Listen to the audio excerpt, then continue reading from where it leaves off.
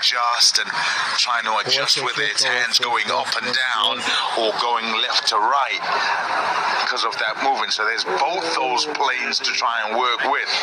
Then you can get any of those wrong, and if you do, all those slippers, and there are always so many of them, they're waiting and they can be a business.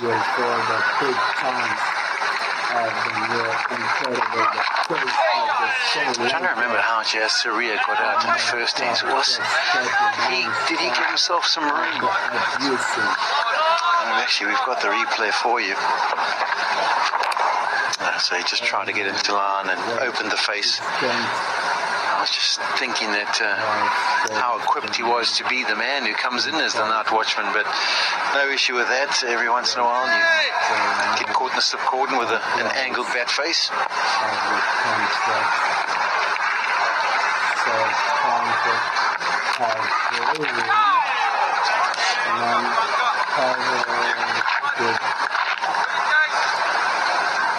Yeah, really nicely in behind at that time. Good chunk of it, solid. Tall order, as we said, and the job essentially is just occupation of the crease. Oh my God, it's such a case. I don't know.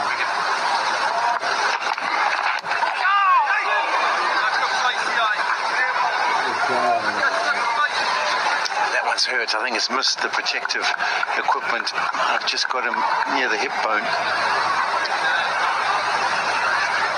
Oh my God.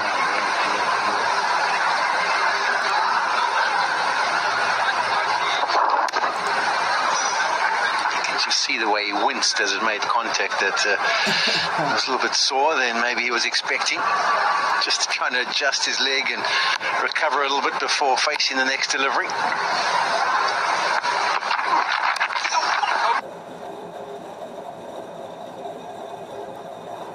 Good play, good play, good play, good play, good play.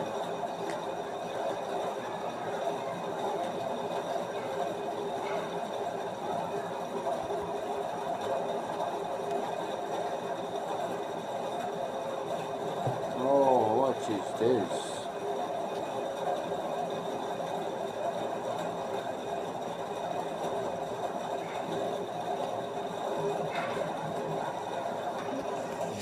The piece of Africa.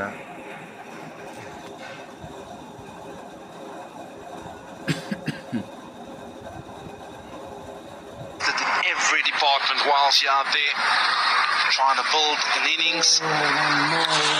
South Africa, they've sniffed a bit of a weak point. Animal, and that is to go upstairs. By upstairs, I mean bowling a few bumpers at him.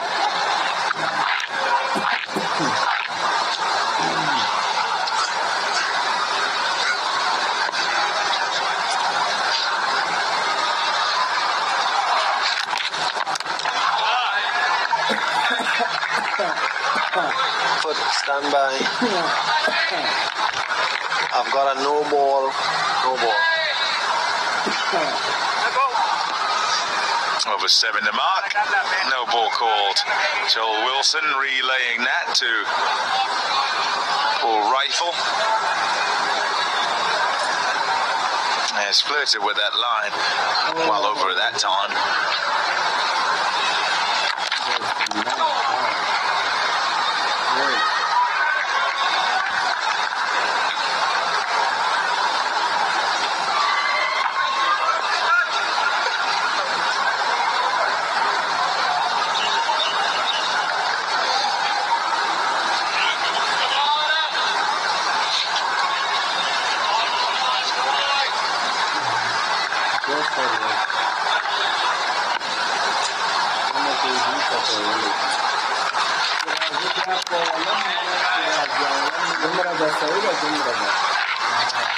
people always ask the question about no balls and vernal jumping here as well. It's just something that kind of creeps into your game, and it's often in the preparation. You know, it can be the nets where there's no one watching. You don't have an umpire in the nets, and as much as the coaches say, "Oh, it looks like you're over," you're not really concerned that you are. And then when you come up and warm up in the morning, you go through your paces. It's kind of a feel thing. It's almost a subconscious feeling of where an umpire stands. And single turn down there as well by Chandimal. That's why I said he'd be happy to not have to face. But it is an issue, and it's kind of something that can definitely be corrected when you play the shorter format, because once that free hit comes into play, you learn. At the back end of my career, I always try to really concentrate on, even in the warm-ups, making sure that I was half and half at worst, because then it gives you that little bit of margin to stretch, because there's nothing worse, pick up a wicket for no ball. Sometimes test wickets are so hard to come by on certain surfaces. I did live on the edge.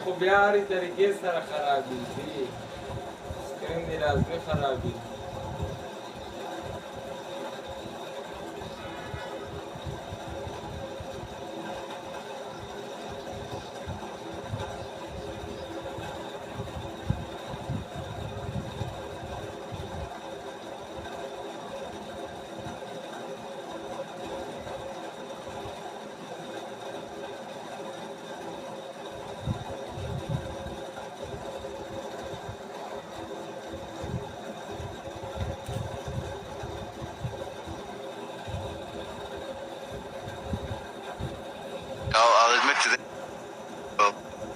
Well, it's just something that kind of creeps into your game, and it's often in the preparation. You know, it can be the nets where there's no one watching. You don't have an umpire in the nets, and as much as the coaches say, "Oh, it looks like you're over," you're not really concerned that you are. And then when you come up and warm up in the morning, you go through your paces. It's kind of a feel thing. It's almost a subconscious feeling of where an umpire stands. And single turn down there as well by Chandimal. That's why I said he'd be happy to not have to face. But it is an issue, and it's kind of something that can definitely be corrected when you play the shorter format, because once that free hit comes into play, you learn. At the back end of my career, I always try to really concentrate on, even in the warm-ups, making sure that I was half and half at worst, because then it gives you that little bit of margin to stretch, because there's nothing worse, pick up a wicket for no ball. Sometimes test wickets are so hard to come by on certain surfaces. I did live on the edge, I'll admit to that. I think I'm in the top 10 for no balls in test cricket. I think if Keith pulled up the stats, I might even be higher than the top 10. But it definitely cured it at the back end of my career when they introduced that free hit.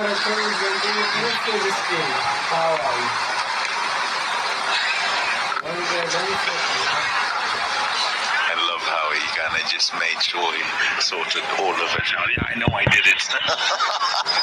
Never anyone jumped on him.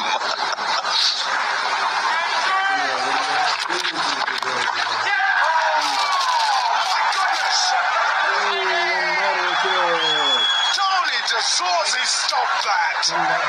You cannot do that! That is out of this world!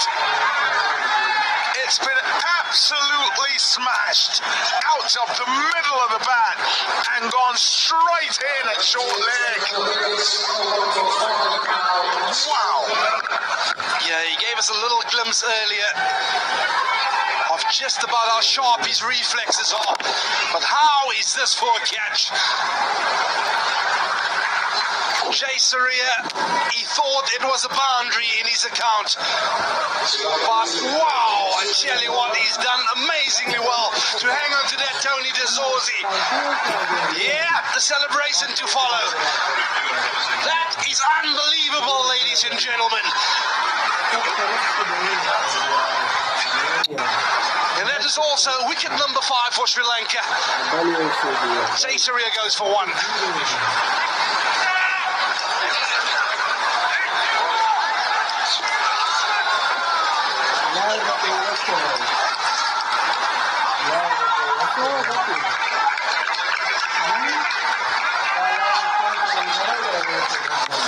Yeah, the key to him is he actually stands a little bit deeper than an orthodox short leg. And actually, if you look at the action, he was almost like trying to go into an evasive action position, and then thought, well, I'm either going to catch it or wear it, or straight at the helmet. And his last-minute reactions were ridiculous. He was off balance, held on to it, and he knows he's done a good job. That's why the celebrations start. Jazare, he cannot believe it.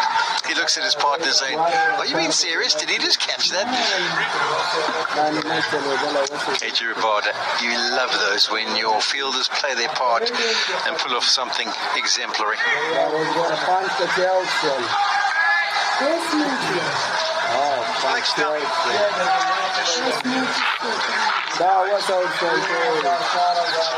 Dananjaya De Silva's had to walk out there. He too can't believe it, I'm sure. That's quite magnificent as a catch.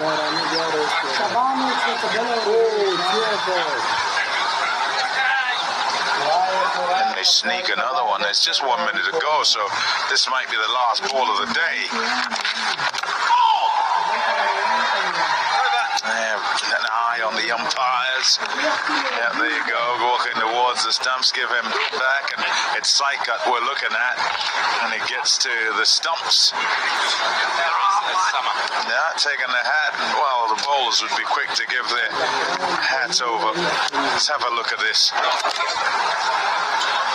Oh, wow. That's so good. This is a fantastic replay. Watch this. Watch his eyes.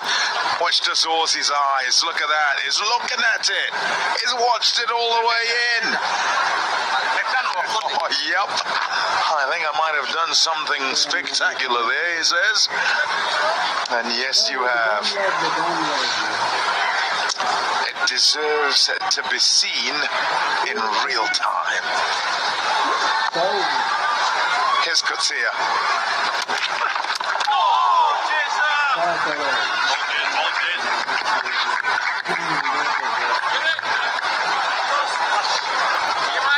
It's on the right side now to watch it on the big screen.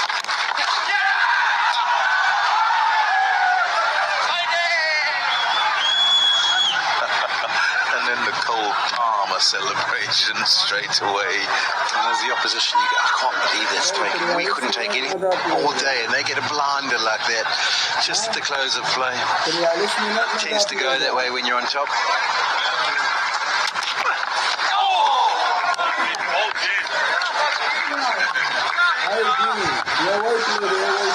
He stands relatively deep.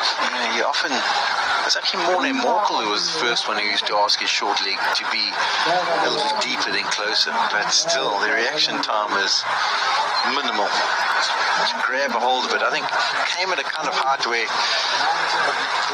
he was fully aware of it was where it was all the time, because it was coming straight at his eyes, so he managed to get the hands up, but still the reaction time.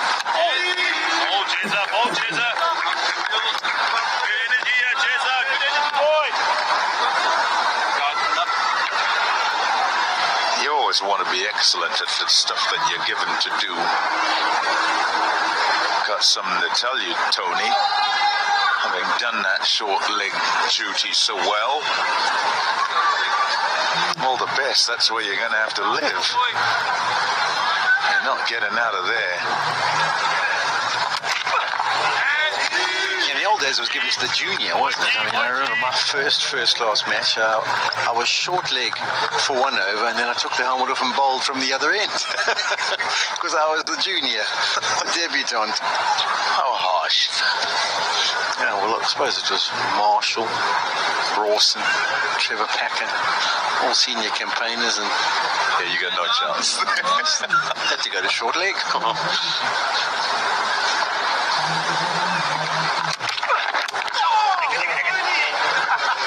come on, Tony, catch it.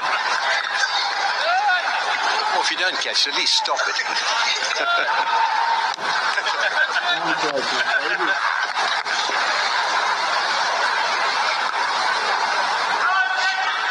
What a day. Yeah, South Africa very much in the ascendancy. Asserted themselves here, and a really good battle batting day, and then once the declaration came with so many on the board, it took a little while to kind of get going, and wickets harder to come by, and you expect they would be than happened in the first innings. But to have half of Sri Lanka's batting lineup done is a top effort in itself. On the wish list, probably they said, 2, fair enough, they bat better. 3, quite happy with that. 4 and 5, they'll be ecstatic because it's half the job done. 31 overs in Sri Lanka's second innings.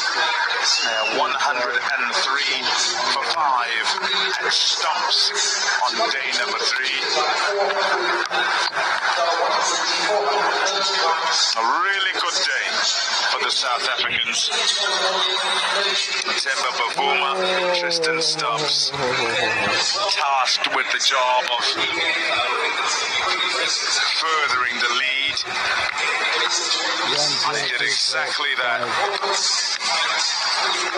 Wonderful partnership of 249 between the two. A couple of centuries for each of them. And then the bowlers once again have turned up and done a really good job. Yeah, quality days test cricket from South Africa. Some almost good conversation to set up the day's proceedings, and then when the bowlers were given the chance to have a go at the Sri Lankan batting line again, they managed to pick up 5 wickets in that last session of 31 overs. So everything's set up, the weather's set fair for tomorrow. South Africa just need the 5 wickets and the quest to get to the Test Championship final. Looks like for now that it's in a very good space. The 2 men who batted brilliantly, both got hundreds today, lead the team off, and so they should. A really, really good project. 249, it was a record. Wicket here at Kingsmead for South Africa and beat the record of the 4th wicket against Sri Lanka ever.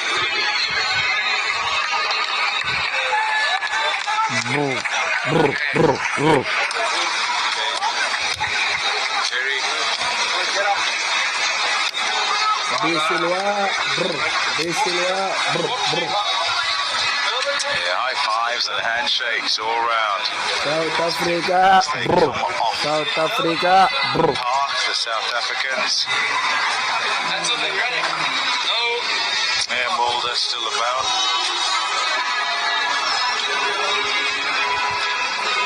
Clean break, you said. So he'll be out of the series, out for a while as he recovers.